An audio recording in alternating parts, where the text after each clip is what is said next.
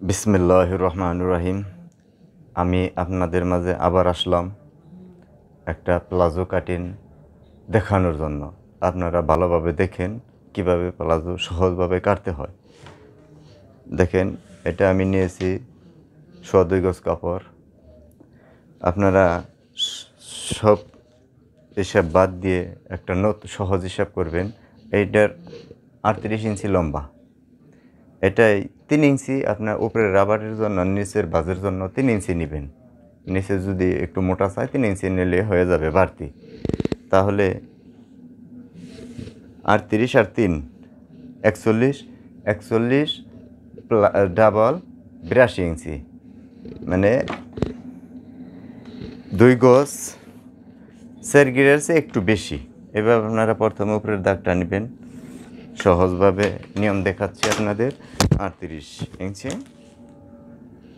এভাবে নিচে একটু দাগ নিয়ে নেবেন।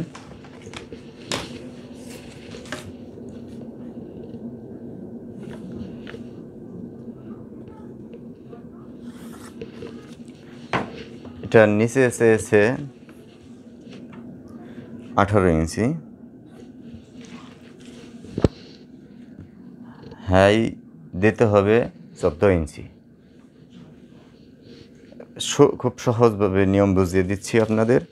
আর এখানে ডোলা নিতেছি 16 ইঞ্চি, 16 দুগুণে 32 ইঞ্চি। আপনারা এইভাবে সহজ, আপনার যদি সেপকার থাকে বা স্কেল থাকে, এভাবে আপনারা একটা দাগ দিবেন। হয়ে গেছে। তারপরে এভাবে একটা দাগ দিবেন। হ্যাঁ, এই যে দেখেন হয়ে গেছে। আমি এখন এটা শুধু কাটবো। আপনারা উপরে এই যে দেখেন, এই যে দেখা যাচ্ছে, এই যে এখন শুধু কাটবো। আপনারা এবার উপরে আগে সমান করে কেটে নেবেন। আর এখানে এটা নিয়েছি 2 ইঞ্চি, হাইর এখানে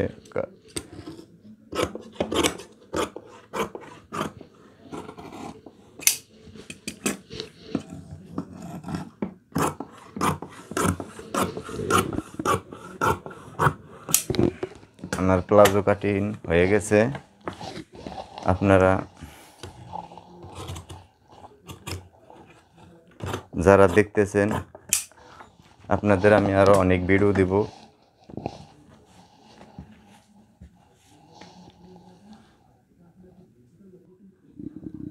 আপনারা যারা দেখতেছেন, আপনাদের সকলের প্রতি আমার একটাই রিকোয়েস্ট, আপনারা সাবস্ক্রাইবার করুন, আপনারা লাইক দিন, কমেন্ট করে জানান, আপনাদের বন্ধুদের মাঝে এটা শেয়ার করে দিন।